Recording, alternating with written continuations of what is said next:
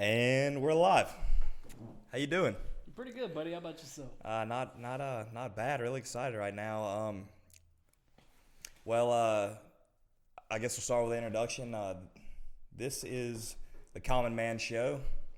A partner with me, Dennon Paul, Garrett Head, and this is episode 1. So we're really excited to get this thing going finally, and we look forward to to doing this for some time now. So. Absolutely. I think it's really been a lot more difficult than we expected. Like, we needed a lot more gear and things like that. But, go ahead. Yeah, 100%. The first time that we had this idea, I kind of got to thinking and looking stuff up, and I was like, on YouTube, I was like, podcast equipment. It was like, yeah, well, probably find, or it was like 5 things you need. Like, all right, we'll get that. Yeah, and I was like, all right, so, and they all talked about microphones that you needed, but nobody talked about cameras at all, so I was really lost on that.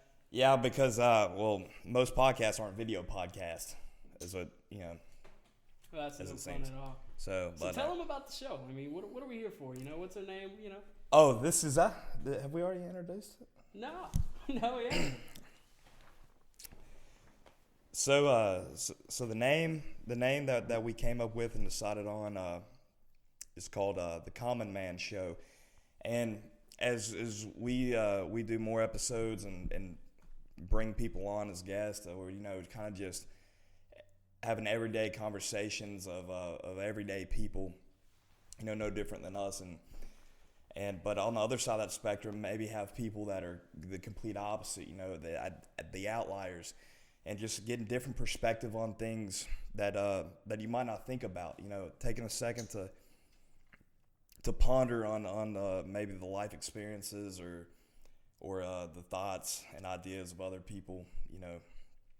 Whether whoever that be, and we'll see that as time goes on. But today it's just you and I. We're getting our feet underneath us. Trying to fill this thing out because.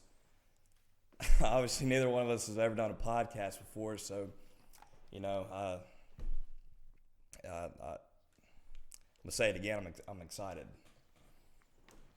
Absolutely. So let's get into some things I really want to talk about. Oh, first off, how's the carnivore diet been? It's been pretty good, man. I'm about to be officially a month into it on Monday, and so far I'm already down 22 pounds. I mean, as you'd expect, I'm sure about, at least 8 of those pounds are water weight. But, I mean, it's been a pretty smooth sailing, even 3 weeks into it, and I'm still dropping weight. I feel great, no bad problems, no bad side effects, and I'm finally back in training and things like that. So I think it's going overall pretty well. That's really good. That's excellent. They really started with, I guess, Joe Rogan and his guests brought that to light. Yeah, they really did, and this has been like a big subculture it's really been existing for quite some time. I mean, if you look at Sean Baker's page, you'll see people that have literally been doing this for 20 years, 25 years, and it's kind of ridiculous. I mean, Sean Baker, he's in his 50s setting world records, and he's probably 3 or 4 years into it. So I think that's kind of incredible, and that goes to say things. But, yeah, Joe Rogan definitely brought it to light. And that's kind of where I got most of the information that motivated me to go into it. And I'd say so far I'm pretty impressed. Funny you brought that up. I'll go ahead and get that out of the way. But I'm sure that a lot of people who see the setup that we have are going to think about, oh, this is a Joe Rogan ripoff. Well, it's not really so, and I've explained this to a couple of people so far. What I thought about doing was take an idea of someone that I like to watch regularly. I like to watch Joe Rogan's show. I like his platform and how he has things set up and what he does. And I thought, why not, try to do that on our own and have our own conversations and our own guests. It's not that we're trying to copy, him and his thoughts and his ideas, because obviously we're our own people. We have our own thoughts and ideas. But I just really admire how he's able to think on both ends of the The spectrum. The yeah. spectrum. Got tongue tied. But and how he's so open minded, and I admire that, and I try to be like that myself. So. Absolutely. I mean, this guy brings on people that are on all ends of the spectrum, and you can tell kind of half the time he's just kind of his mind's melted just listening to what they're saying. But I feel like he is pretty accepting of everything and looks at it from both angles. Well, to me, anytime you have a conversation with anyone or anytime you talk to anyone, there's always something you can gain from it, because as people, no one is exactly the same. Our brains fire differently. We all have our own thoughts and ideas. Now,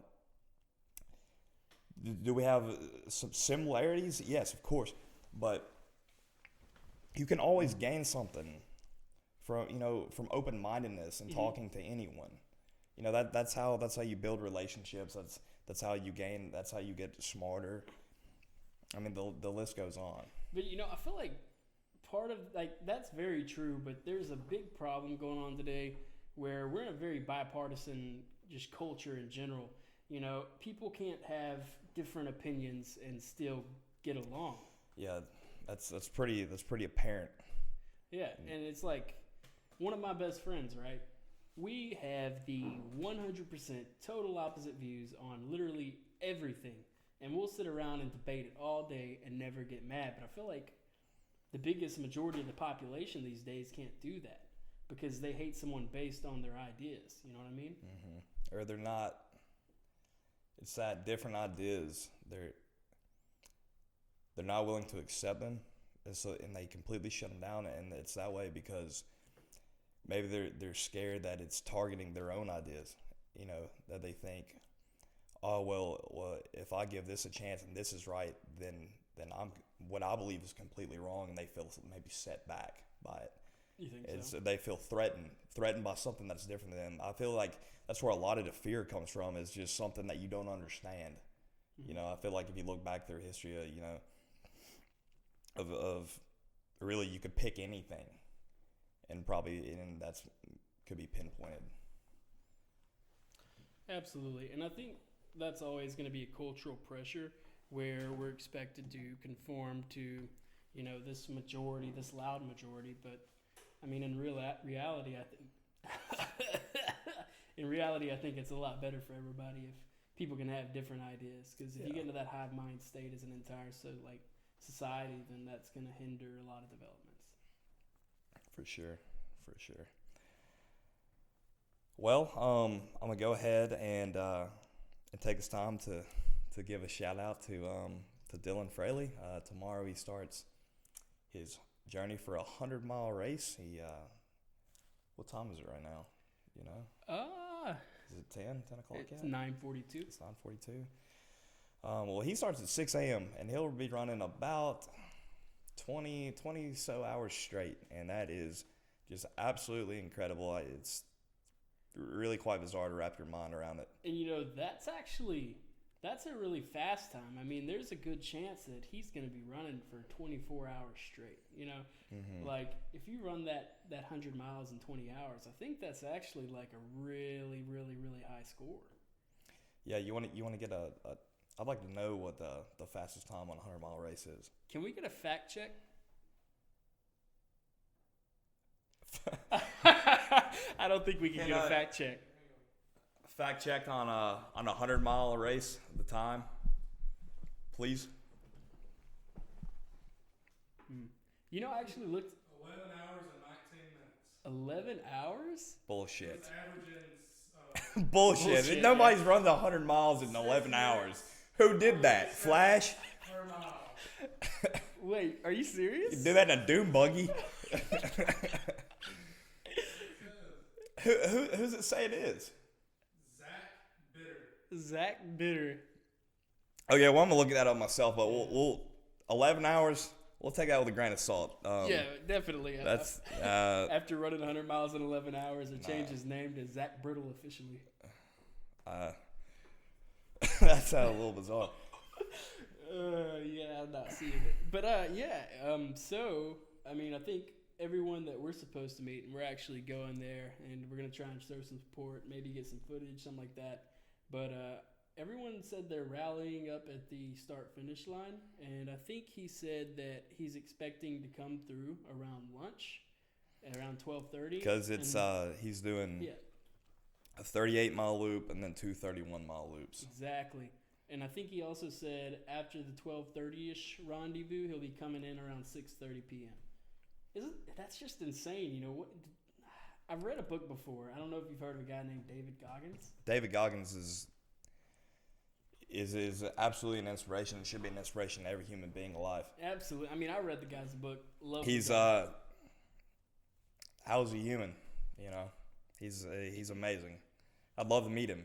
That's just dedication, period. It is. But I think in his books I read that they take salt capsules, like, I don't even know, just to stay hydrated. We actually had to. We did that in fall camp when I was playing college ball. They would give us Gatorade with salt or just salt tablets themselves to just keep watering, the body. But I'm sure my mom used to be a runner. She ran the Little Rock Marathon. I think she ran. Not sure how many times she ran the New Orleans Half Marathon. She's ran plenty of those.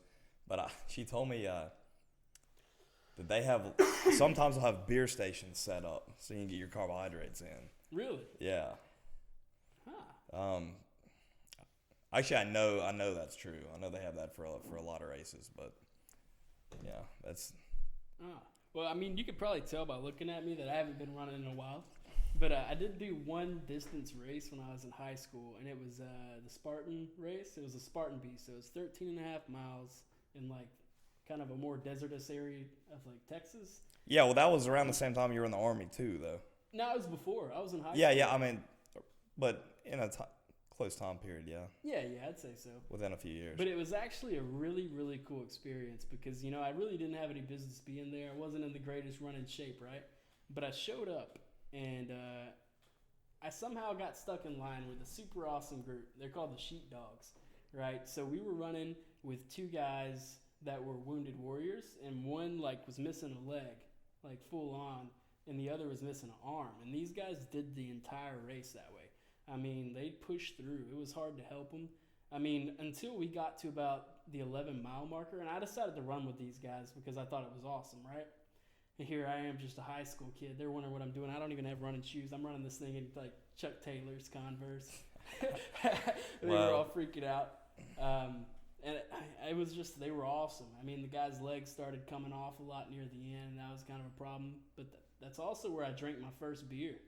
They had Really? Yeah, one of them had a backpack, and it was, like, completely filled with beer, and he gave me one. It was horrible. Really horrible. Anytime you drink your first beer. It was a Lone Star.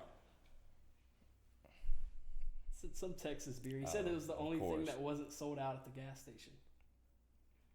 Probably helped with your running, too. It was horrible, man.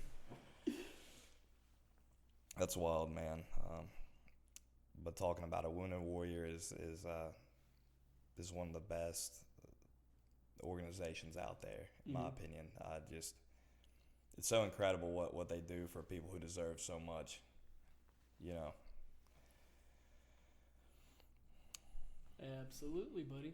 So, speaking of that, did you hear that the entire, like, I heard the entire army base in South Korea is on lockdown, like 100% from the, like, coronavirus? Well, okay, so I saw a timeline video last night of that, and I believe it. People are, to me, in my opinion, I'm not a doctor, but blown out of proportion. So, of all the places other than China that are infected, obviously it's in, you know, South Asia, Southeast Asia, East Asia. But outside of China, as of February 20th, that was a week ago or a week and a day, whatever, only 8 people have died from coronavirus. Really? Only 8 people. Can we get a fact check on the coronavirus deaths? Because I feel like it's a lot more than that. Because, I mean, outside of China. Oh, outside of China. Outside of China, as of February 20th, only 8 people had died. And then if you look at a population ratio for the coronavirus in China, it's more than it's like 1.6 billion people, or it's 1.3. I get India and China confused. But so they have over a billion and a half population.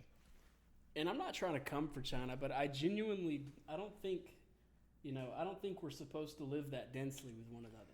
I really don't. I mean, absolutely not. Because, I mean, just think about how much contact you're always having with other people. Yeah, but the thing that I'm getting at is that this is just overhyped, because 75,000, it was, like I said, as of February 20th, obviously the numbers are higher now. But as of February 20th, 75,000 people in China had been infected. Only slightly above 2,200 had died. See, yeah, I have a feeling that it's just like another flu, basically. It's probably weaker than the flu. You think so? Yeah. I would like to know, like, how many people in America died from the flu, like the flu last year, not... I'm sure it's a lot. Yeah. It's a lot. So I think the coronavirus is just hard. It's not detectable till later. Till later when you have it. You might have it 2 weeks before you know that you have it. And then I think most of the people that succumb to it are either poor. Oh, well, so we got a fact check in. We have a fact check? We do. What do you got for us? During the 2018-2019 season, the CDC estimates 16.5 million people went to healthcare provider for the flu, and more than 34,000 people died in the U.S. Yeah, that's just from the flu. How many have been killed by the coronavirus? As of today. Yeah. If you can get a today total. See the video of that guy that, like, he had the coronavirus, and they came back and said he was clear. And so he's outside talking to the reporters, and they're all trying to talk to him about the coronavirus. And the doctors run outside and grab this guy and drag him back inside, man. Like he's going to turn into a zombie. I'm telling you, it was scary.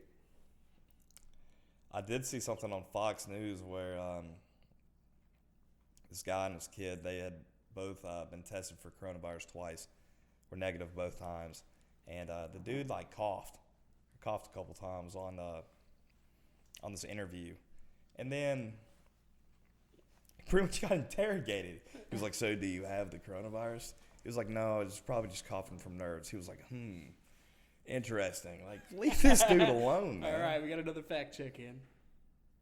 The coronavirus has killed more than 2,100 people, with 8 deaths reported outside the mainland of China.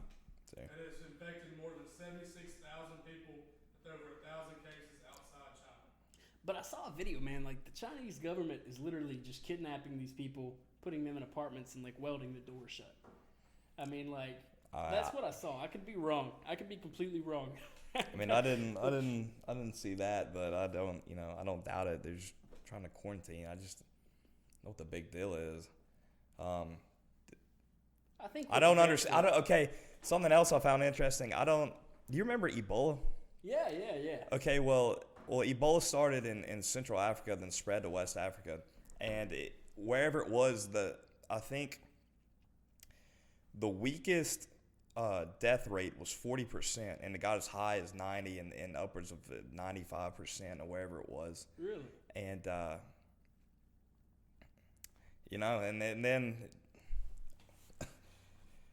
and nobody really freaked out about it nearly as much as they're doing. Is this? I think the coronavirus death rate is like sub 5%. Absolutely. On that note, one sec. So the race tomorrow, we're going to have to take a little drive, but, are you excited to be back home? I mean, it is, where you're from, exactly. Yeah, I mean, absolutely. I really like my hometown, Natchitoches. Because it's just really cultural. It's like a more peaceful New Orleans, basically. I mean, so there's a lot of really good food. You don't have to worry about much. Other than that, there's not much to do. So, I mean, you can either eat or you can eat. You might can even listen to a jazz band or something while you do it. So. Yeah, I have a fond memory of Natchitoches. I used to play baseball there when I was a kid, and I was 9 or 10, I think, and got up to bat, and dude, this storm came out of nowhere. I swear the wind was kicking 95 miles an hour. And bro, He missed. dude threw me a fastball like shoulder level, and I went, crack. And then I was like, "Oh, this is a pop fly," but the wind carried it. It was the first home run I ever hit. No way. Yeah, Inaccurate. yeah, inaccurate. Inaccurate. Yeah, and then No way. yeah, it's funny how you remember stuff like that. That is. I mean, but that's like a big moment. Yeah, You know, that's not like a small thing at first. I've never hit a home run. It's not that I didn't play. I didn't hit home runs. That wasn't that wasn't me. You know what I mean? I mean, so what about you, dude? I mean, you've been in this powerlifting game for a while, and it seems like you came out of it. I mean, is that something you're wanting to pursue, or? no, and I wasn't in it very long.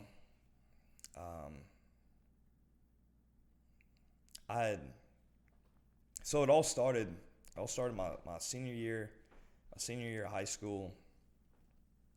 I transferred schools, and well, the regulations from the athletic association, it was like you can't officially start doing things at your new school till this date. So it was like 2 months where like as we got into summer and like summer training and stuff, like I didn't have a place to train. So I called a good friend of mine up, and I was like, hey, can I come train with you? Because I really don't have anywhere else.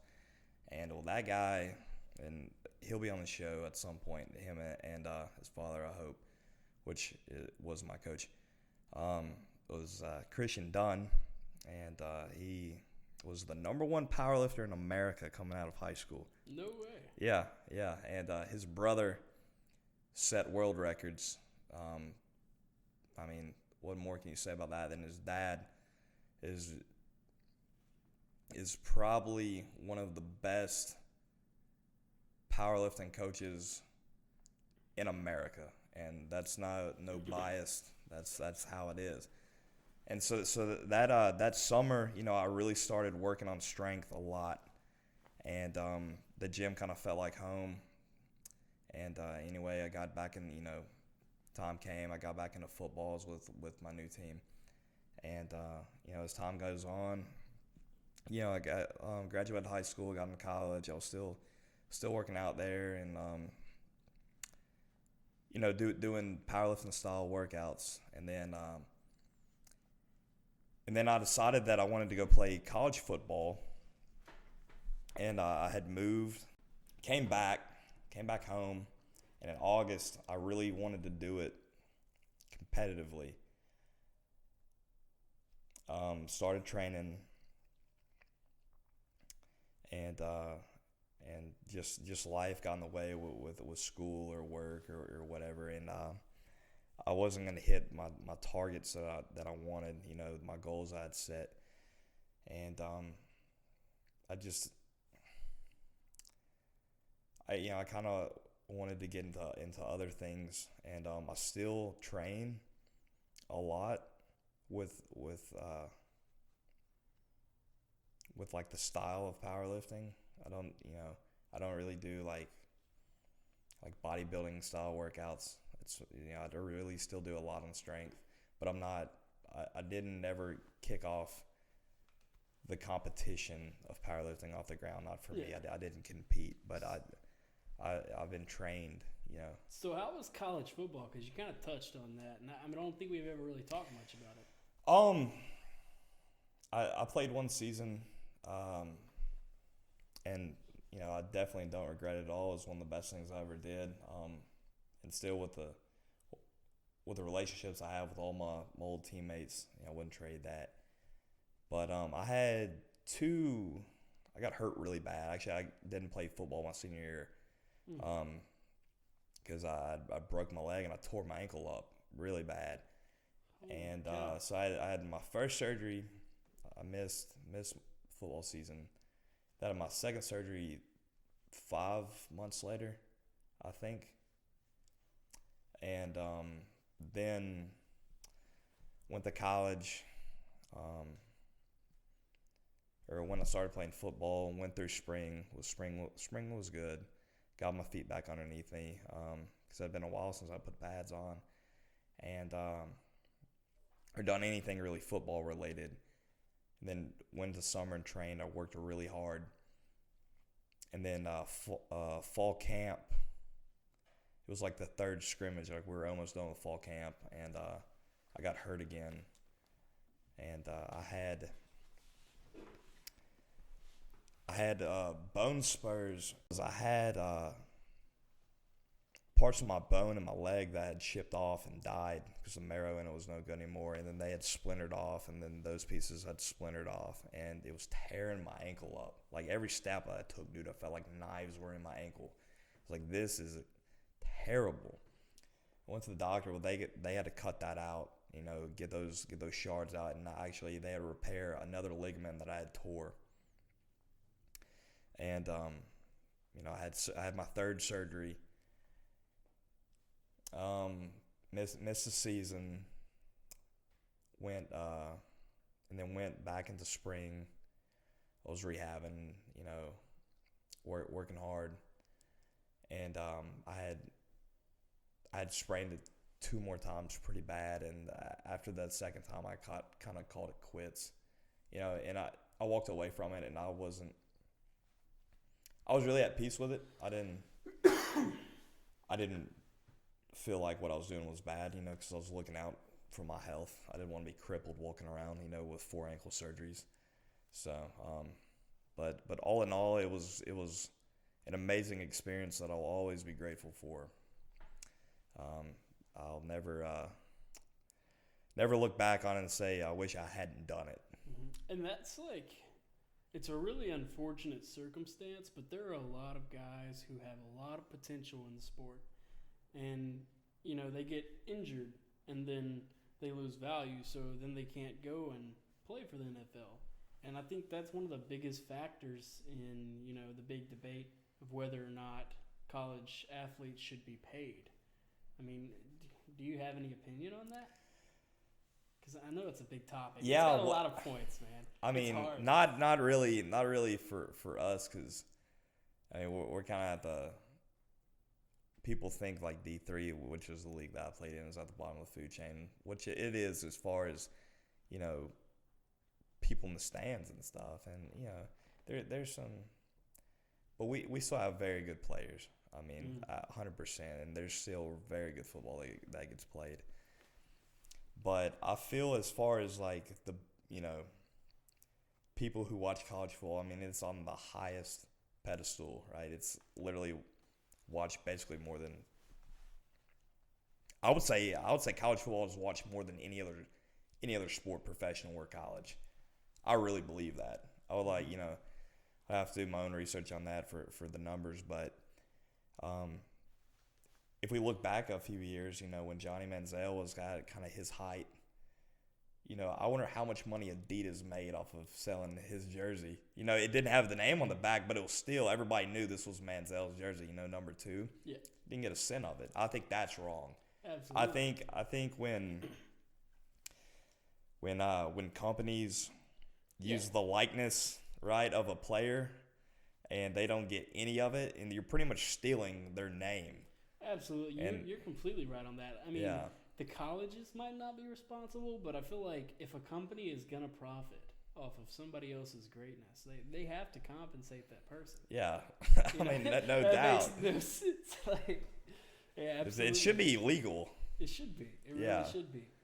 I'm surprised that hasn't already blown up into some big lawsuit.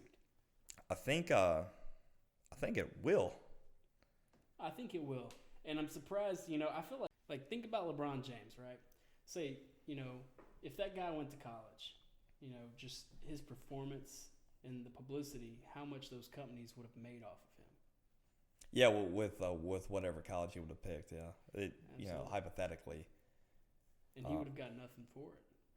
But I feel like there's some backdoor trading going on there. Dude, without a doubt, probably. Yeah, like we can't pay you, but we can pay your brother's uncle. You know what I mean? Yeah. Absolutely, absolutely. I feel like we have a lot of dead time sometimes. Yeah, I do too. I think this is important while we have a script. You know, we have a time limit of what we want to talk about, then switch over, and then like the more we do that, the better we flow into just not needing a script, but having topic ideas, right? Mm-hmm. And then just the more we do this, the more it's gonna, everything's gonna flow together, and then we're gonna, the more time we put in, the better we're gonna be at it. Absolutely. So. But, dude, you know what's boring? What? NASCAR. But have you played the video games? No, I couldn't tell you the last time I played video games. BS. I bought an Xbox, so since my little brother went off to college, we play together, get to keep up. Yeah. Or whatever, we could get, to like talk at night and stuff over headsets or whatever while we're playing. He gets to college, like, hey man, I bought this Xbox. I was like, you ready to start playing or whatever? It's like, oh man, I left it back at home. There's not enough room here or something. I was like, really? I was like, oh, it's $350, burned it. But the Forza game was fun. I downloaded that, played it a little bit, driving like exotic shit. Hate on NASCAR as much as you want. I hated watching it as a kid, like with a passion, because my dad, he used to watch it like every single race. He was there, you know what I mean? Like super, like I watched this. The only time I've ever seen him cry in my whole life is when he was on his way to take me home and Dale Earnhardt died, and he got the phone call. And then he started crying. I've never seen him cry. But, like, I used to say I was a Jeff Gordon fan because he hated Jeff Gordon. And he was a Dale Earnhardt fan. And he hated that so much. But the video games are a lot of fun, dude. I mean, I've had a lot of fun with my brother. He gets mad, though. He's really competitive. And I'm a big cheater. I drive through the grass. And dude, speaking of NASCAR, though, like, watching on TV, I mean, it's a good napping sport, if you're watching it. But, I want to go to Talladega. Like, I want to go. Awesome. But I still feel like NASCAR is going to be unhappy and they're going to leave like a negative reply on our video. Well, I'll say this. My dad and my uncle were in Talladega Nights, the movie. No way. I swear. While they were filming it, they were at Talladega, right? Yeah. And, like, the wide view where they had, like, whatever camera, like, way up, like, watching the cars circle the track. They were in the infield, and they were on top of one of I think I've seen pictures of that. They had the RV. Yeah. I've seen that. So I tell everybody they were in Talladega Nights, and everybody's like, "No way!" I was like, "Man, I swear, one of the funniest movies ever made." He was like, "Yeah." Speaking of that dude, Will Ferrell has got to be one of the funniest human beings on earth. Oh, 100%. But I'm really disappointed you didn't tell me that. Oh yeah, I mean, I forget about it, till like NASCAR gets brought up, and that's hardly brought that up to him like 20, 30 times at least. I don't know how often I'll bring NASCAR up. Probably not very often. I don't know what to do with my hands. I don't know what to do with my hands. All right, dude, let's break my arm. All right, well, that was the first taste of the show. Next time we might have a guest, or it might be a couple episodes, but we're gonna start getting into where we bring people on and and seeing their experiences. Obviously, we might even have a script. Yeah, we might even have a script instead of just going off the air. Yeah. I really did this because I can really have a conversation with anyone. Yeah. But I guess I got to thinking about too much. Don't want to have like quiet spots when you have a podcast. So anyway, that wasn't bad for the first one. Nah. Not at all. All right. Not at all. Peace out, people. Yeah. See you next time.